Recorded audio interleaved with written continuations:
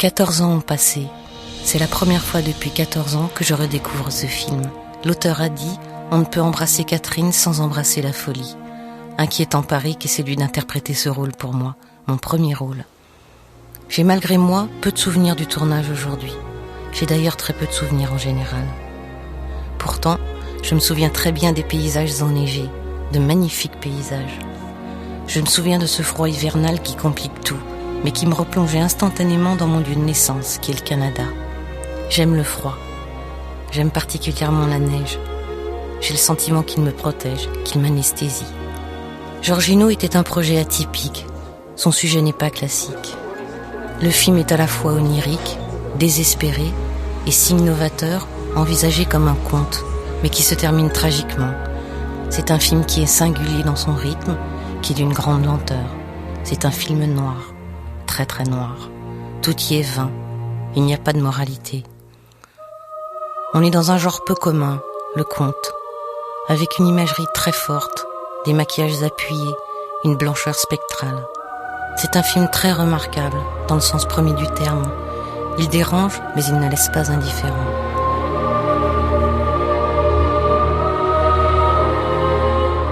Giorgino, j'aimais bien ce nom, et en plus, en italien, c'est le diminutif de Giorgio. Et Giorgino, ça veut dire Petit Georges. Et ce qui est un peu l'histoire de ce garçon et le thème de ce film, c'est que c'est l'histoire d'une espèce d'enfant, ou en tout cas qui est pris sans arrêt par les autres pour un enfant. Comment ce projet est né, de quoi il est né, c'est un petit peu mystérieux. J'ai été très lié à l'époque avec Gilles Laurent, avec qui on a écrit ensemble Giorgino. Petit à petit, on s'est mis à inventer, à rêver, à fabriquer cette histoire étrange.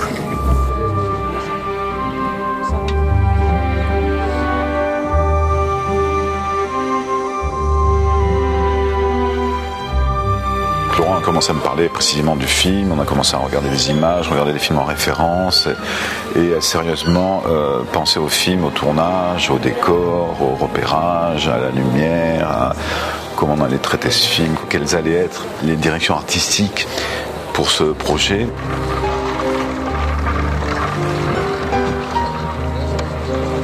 On a commencé le film par les extérieurs, janvier 93. On savait qu'on avait à peu près 2 mois et demi d'extérieur dans la neige. À l'époque, on va tourner en Slovaquie. On a choisi cet endroit pour des raisons évidemment esthétiques, mais aussi parce qu'on avait la certitude, après des études qu'on avait regardées sur 200 ans, d'enneigement à cette période de l'année.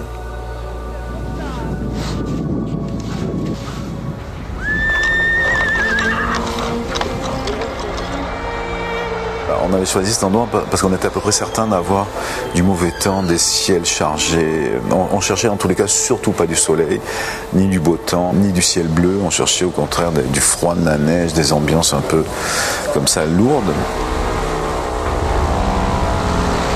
Et dans la première semaine de tournage, Redoux. Redoux, donc la neige commence à fondre. Je me dis, dans 2 semaines, il n'y a plus de neige et on ne peut plus tourner. Je resserrais de plus en plus les plans. En mettant du blanc dans le fond, on a réenneigé avec des machines à neige. On s'est retrouvés dans des conditions extrêmes tous ensemble, bloqués dans un même endroit. Et t'es dans la tempête sur le bateau, il faut que t'avances, quoi. Sinon, le film, il n'existe pas, toi. Non, c'était très atypique pour l'époque, de tourner en Slovaquie, là. C'était très compliqué parce qu'on apportait de la neige, mais il neigeait pas, mais il faisait froid, donc les machines gelaient. Donc c'était très, très compliqué. On a prévu de tourner un décor en intérieur qui est toute la scène de l'auberge, 2 mois ou 3 mois après, à Prague, au studio de Barendorf.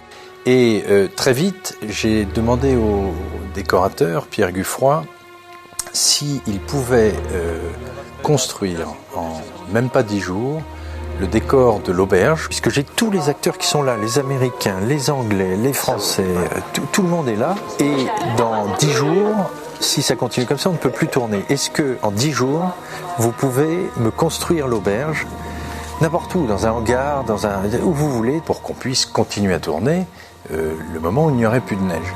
Et Pierre m'a dit, banco, j'y vais. Et avec son chef constructeur, René, et ils ont construit en à peine 10 jours l'auberge.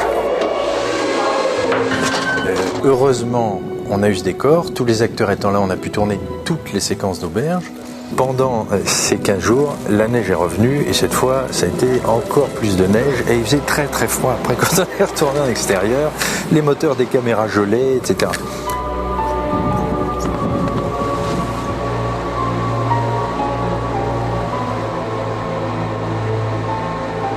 Dans l'écriture de Giorgino, l'acteur qui était existant pendant l'écriture, c'était Mylène. C'est pas quelqu'un qui est arrivé après. Je me suis dit, tiens, ça serait bien que Mylène Farmer puisse faire le rôle. Non, non, pas du tout. Mais Mylène a été vraiment la personne qui est là depuis le début dans cette histoire.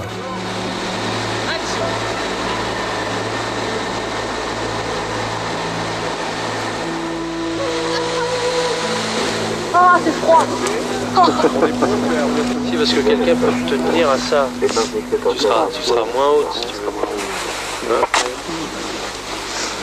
Christian, quelqu'un peut te tenir la tête vraiment là, tu vois. Prête, il te lâche, boum. C'est beaucoup plus simple, sinon t'es sur tes genoux, t'es très haut, Catherine.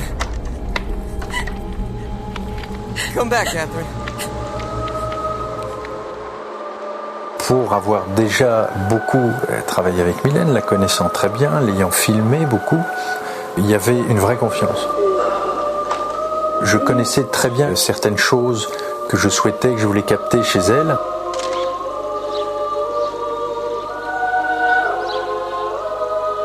Elle a souvent des gestes, des attitudes qu'on retrouve un peu chez certains enfants autistes. Action. So, you won't bury my mother. When she kick you, leave a little blood. Mylène était dans ma tête depuis le début dans le rôle et dans l'écriture du rôle.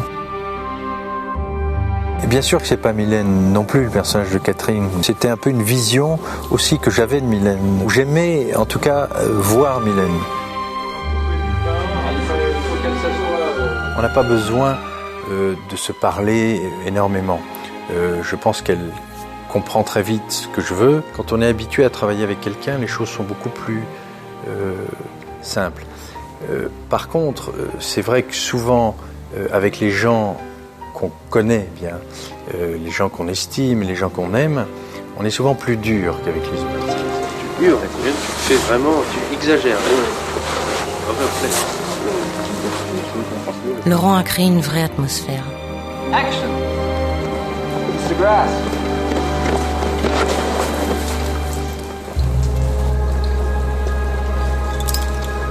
La personnalité de Laurent, elle aussi, est atypique. Il a fait appel pour son tout premier film à 2 personnes qui jouaient pour la première fois. Laurent est quelqu'un qui a le goût du risque et il sait emmener les autres dans un chemin long et tortueux de ses aventures. Il se met en danger et il déploie une énergie considérable pour arriver à ses fins.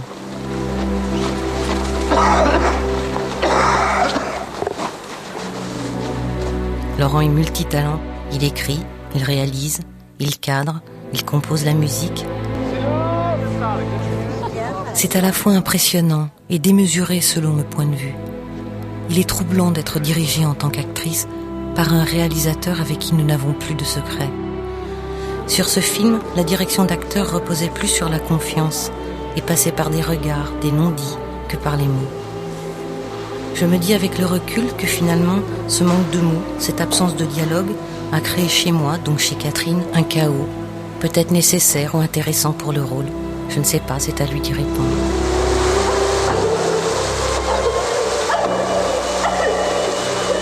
C'était pas un rôle facile pour elle. La scène des douches était difficile.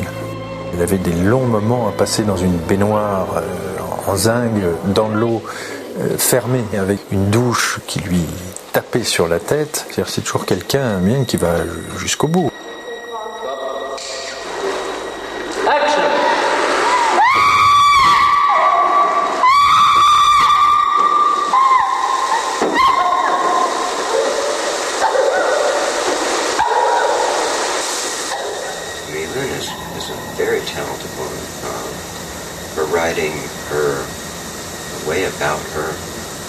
dictates her business, her life.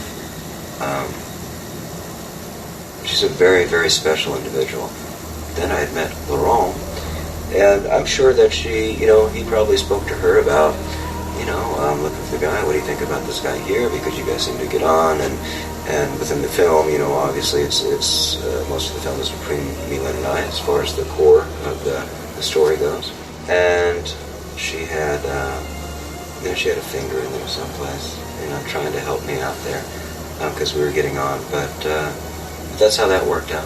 Yeah, that's how Mylène and I worked out. All right, that's enough now. Shut off the water. I can't. She's got to do her time or I'll get into trouble. Can't you see she's gonna pass out? Shut the water off now! J'ai pensé, pour le rôle de Giorgio, à beaucoup d'acteurs différents. Un jour, j'ai rencontré par hasard Jeff, parce que c'était l'ami d'une amie, un soir à dîner, etc. Et j'ai été frappé par son visage, par son regard. Et quand je suis allé faire des essais, des tests avec des acteurs à Los Angeles, j'ai proposé à Jeff de venir si ça l'intéressait, etc. Et pour ces essais, c'était vraiment un petit texte qui avait quelque chose à voir avec le film, une espèce de petit monologue. Et j'avais juste amené un manteau et un chapeau. Voilà. Et Jeff, je l'avais trouvé bien, mais d'autres acteurs m'avaient un peu plus impressionné au moment des essais. Et quand je suis rentré à Paris, la chose très curieuse, c'est que le lendemain matin, avec le décalage horaire, je me suis levé très tôt. Et là, j'ai regardé la cassette des essais. Et la personne la plus impressionnante à l'écran était Jeff. Et là, j'ai vu Giorgino, quoi.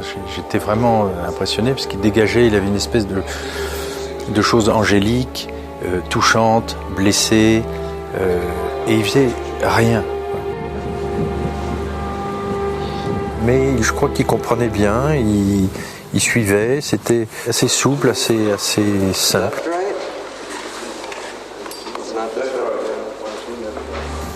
Giorgino presented itself to me. It seems a little funny, but I think over a little bit of the time, it really started to, he began to gain more control of me. So, but that was it as far as the preparation was concerned. Something else to say, but I wait. I'll let you do this, and then I ask you a question. And Jeff, I prefer when you do that, you look at it. I will. Just maybe one look at him all the time. Plus tourner vers la caméra, Mylène. I'd met Mylène in Los Angeles through a mutual friend. Laurent came into town. I met Laurent at that time. I was talking more about music all the time because that's my background, band, stuff like that. But I had been acting. But at that moment, in particular, when it begins to sink in what's going to be happening to you, I don't know, it's quite overwhelming. Yeah. Au début, il était un petit peu, forcément un petit peu tendu, d'autant qu'on a commencé par des scènes un peu difficiles. Pour se mettre en condition, des fois il buvait un peu, de la bière, des choses comme ça. Et puis finalement, très vite, il s'est aperçu que c'était pas nécessaire. Ça a été très, très agréable de travailler avec lui. Au final, le casting s'est avéré d'une très grande liberté, vu que le financement du film n'était pas lié ni à des studios, ni à des gros groupes. J'ai été extrêmement libre. La seule personne que j'avais en tête, que je connaissais depuis Vol au-dessus d'un nid de coucou, c'était Louise Fletcher. Stop that! Why'd you hit her, Amel? You know, every time a glass sings, a soldier dies. Et à l'époque, mais j'étais tout jeune, à l'époque je devais avoir, je sais pas, 18 ans, j'avais écrit un scénario et j'avais vu dans un annuaire de cinéma qu'elle était représentée en France par un agent. J'avais appelé cet agent et j'ai déjeuné avec elle. Alors j'étais vachement impressionné. Elle avait lu mon script parce qu'elle parlait un petit peu français. Et elle avait lu le script, elle trouvait ça très bien, elle était adorable. Bon, les choses se sont pas faites, j'avais 18 ans, je voulais faire un film, bon, c'était un peu... Mais ça m'est toujours resté dans un coin de la tête. Et cette petite histoire a fait que, au moment de Giorgino, j'ai pensé très vite à elle. Dès le départ, elle était vraiment liée au rôle qu'elle a dans le film. Elle était quelqu'un vraiment de totalement ouverte, attendant tout de vous. Écoutant, se laissant guider, elle était C'était très agréable, avec ce côté très professionnel qu'ont beaucoup les Américains d'ailleurs. Hold on, I'll help you. I'm used to this. Quand je la voyais sur le plateau le matin, j'étais un petit peu captivé, plus par elle que par les autres. Il y avait quelque chose d'un petit peu, pas mystique, mais magique qui se dégageait de sa personnalité, de son regard. Et effectivement, je dois dire que c'était un grand bonheur, grande chance de pouvoir être auprès d'elle. Très, très grande dame, très belle femme, formidable, vraiment formidable. Puis il y avait beaucoup d'acteurs différents. La majeure partie des femmes qu'on voit dans l'auberge, etc., étaient toutes anglaises. Et elles étaient incroyables. Les acteurs anglais ont vraiment un truc particulier. Et puis il y a beaucoup d'acteurs tchèques aussi. Now it's Marie's turn. Frances, quand je l'ai vue, elle était exactement ça. Ce mélange de sensualité, d'hystérie, de noirceur. J'ai pas eu d'hésitation.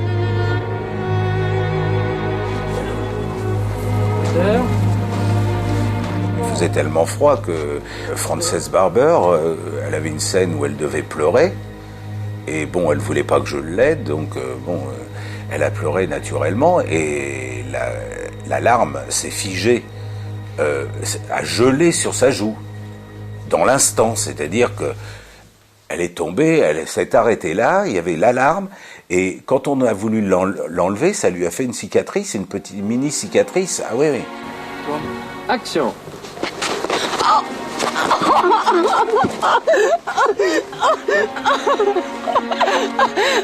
C'est bien ça, non? Ah ouais.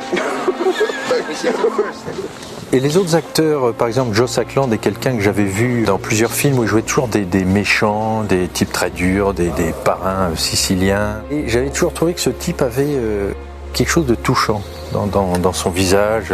Et en même temps il était inquiétant avec ses grands yeux comme ça. Ça m'a paru naturel dans un second temps de lui proposer le rôle du prêtre. Et puis le rôle aussi d'un réalisateur, c'est aussi, je pense, de rassurer. Les acteurs souvent sont des gens qui ont besoin d'être rassurés. Ce qui était amusant, c'était les rapports entre Jeff et Joe Sackland, par exemple. Parce que Joe Sackland est un vieux monsieur, un acteur confirmé qui a fait beaucoup de choses, qui est un homme assez dur avec les autres. Mais donc c'était assez amusant. Parce que Jeff avait ce côté américain un peu fuck you, quoi, etc. Mais en même temps très respectueux. Donc, ils avaient un rapport assez étrange, tous les deux. I remember Joe Sackland and we were in the cemetery. It was so cold outside that when we were doing the scene, neither of our lips could move. They were stuck, and we would, like, okay, Father, yes, okay, I understand. It wasn't working. We had to sit out there longer and longer and longer to get it to work because nothing was working. Your face just didn't work. It was so freaking cold. We had a good laugh about that afterwards. But, I mean, talk about being in an extreme situation. It was quite cold. Ah ben Jeff a été très incroyable parce qu'il débarquait de Los Angeles où il faisait, je sais pas, il devait faire 30 degrés, et il débarque, il arrive tout d'un coup en Slovaquie où il se retrouve avec -20, -30. Donc ça fait un très très gros écart de température. Je pense qu'il n'avait pas une grande habitude du froid. Je crois c'était un personnage extrêmement zen dans sa tête, qui savait s'adapter et qui savait supporter des conditions extrêmes. Et non, lui, je l'ai jamais entendu se plaindre. Non, c'était quelqu'un d'assez confortable à tourner, quoi. Moteur. Speed. 8-1, take 1. Stop.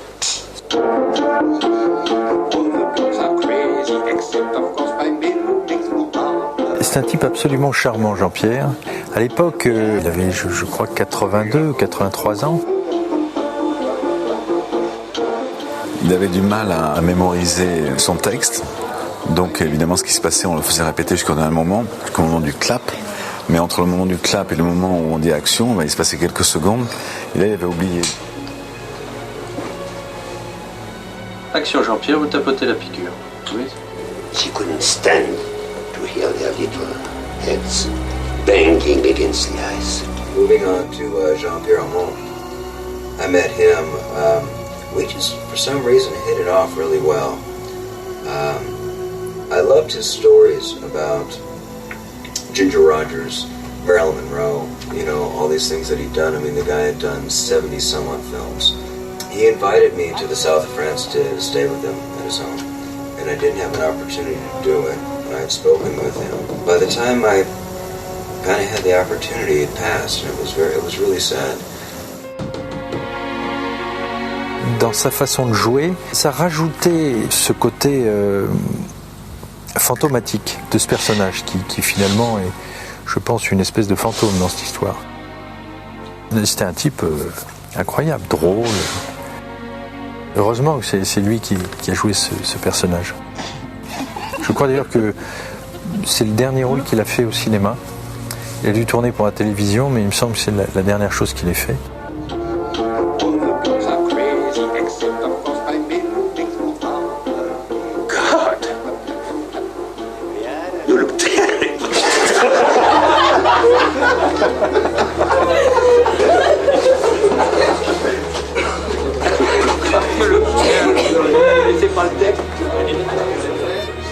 The complexity of the character, who is Giorgino, is discharged from the army because of the mustard gas, degenerating throughout the entire film.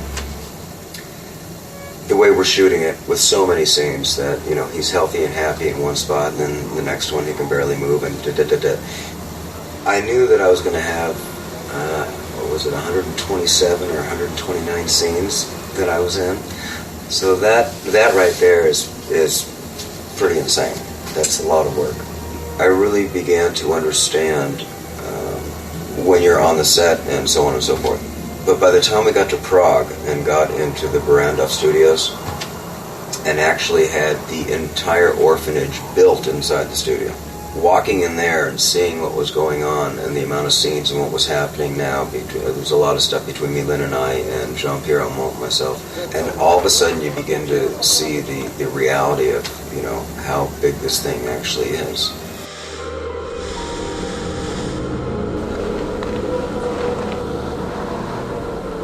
Les plateaux des studios de Barrandov à Prague sont des très vieux plateaux, très très hauts, des vrais plateaux de cinéma. Hein.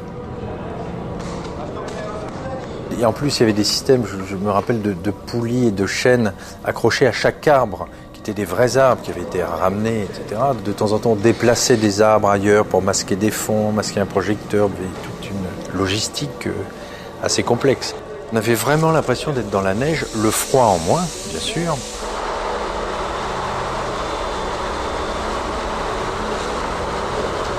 On occupait à peu près tous les plateaux de Barrandov parce qu'on avait ce décor principal des marais qui était énorme, qui faisait 1500 ou 2000 m², c'est-à-dire tout un plateau. Et la particularité de ces décors, c'est qu'évidemment, pour qu'il y ait des fosses, des niveaux, pour créer des marais avec des niveaux de profondeur, il fallait qu'ils soient construits en hauteur. Donc ce décor était à hauteur, construit à environ 2 mètres de haut. Donc déjà, il y avait toute une infrastructure de base pour pouvoir supporter ce décor. Donc c'était exceptionnel. C'était un très très gros travail de construction en décor et de raccord lumière et de raccord d'ambiance aussi pour les acteurs. Mais passionnant. On avait ce côté très sourd du son parce qu'il y avait de la fausse neige partout et c'était très sourd, très calme, une curieuse ambiance quand on tournait ces scènes. J'ai pu sur Giorgino faire construire les décors que je souhaitais. D'ailleurs, on a fait avec Pierre quelque chose qui n'est pas logique dans l'architecture et dans les villages en France. C'est-à-dire que les églises sont toujours dans les villages. Mais là, dans l'histoire, je voyais le village, l'église en dehors du village et ensuite l'orphelinat. On a trouvé ces décors dans les Carpates, enfin dans les Tatras, on va dire qui sont les Carpates slovaques. Cette petite route et ces paysages enneigés à l'infini. On a trouvé un lieu parfait avec des vues sur la montagne, etc. pour construire le village et l'endroit idéal pour construire l'orphelinat. Donc ça, c'est formidable. La collaboration artistique avec Pierre Guffroy, le chef décorateur, où là aussi c'était une collaboration, je dirais, exceptionnelle. On travaillait sur plan, sur des vrais plans, sur des plans qui faisaient 1 mètre de haut par des fois 5 mètres de long. On plaçait les projecteurs sur plan.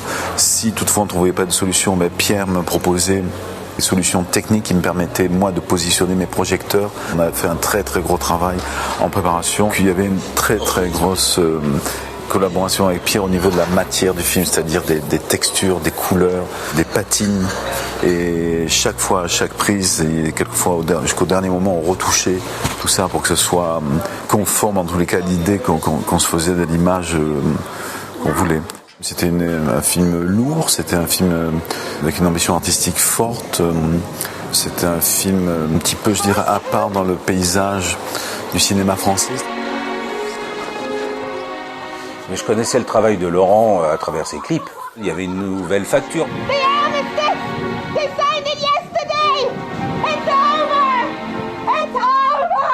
Moi, j'imaginais à travers ce que j'avais vu de ces clips que c'était quelqu'un qui avait un univers, donc ça m'intéressait de rentrer dans cet univers.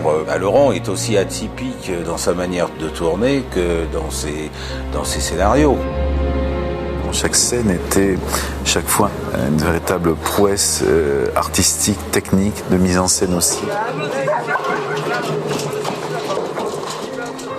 Puis la scène de fin, notamment avec des chiens qui étaient très difficiles à mettre en boîte parce qu'il n'y avait pas de trucage numérique à l'époque. Donc il y a je ne sais combien de chiens, 200 ou 300 chiens qui sont venus, qui ont été récupérés dans toute l'Europe avec des convois entiers. Et il fallait que ce soit des chiens identiques, qui aient à peu près le même gabarit, la même couleur, et qui dans la scène de fin se dirigent vers le même endroit, vers le cimetière. Donc il y a 200 ou 300 chiens comme ça qui ont été lâchés dans la nature, mais il fallait quand même que ces chiens soient canalisés vers un point précis, avec des maîtres chiens qui les appelaient, qui les dirigeaient.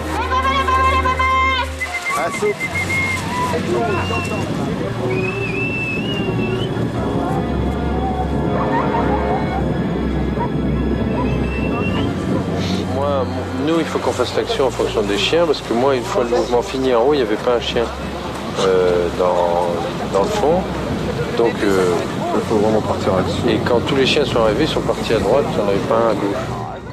Il est bien évident qu'aujourd'hui, un projet comme ça, je ne le ferais pas comme ça, je ne partirais pas comme je suis parti à l'époque. Je pense que s'il n'y avait pas cette nécessité, cette volonté à cette période-là de faire ce film n'aurait jamais existé. Il n'aurait jamais dû se faire. Son économie, la façon dont les choses se sont montées n'était pas rationnelle. Donc il n'aurait pas pu exister.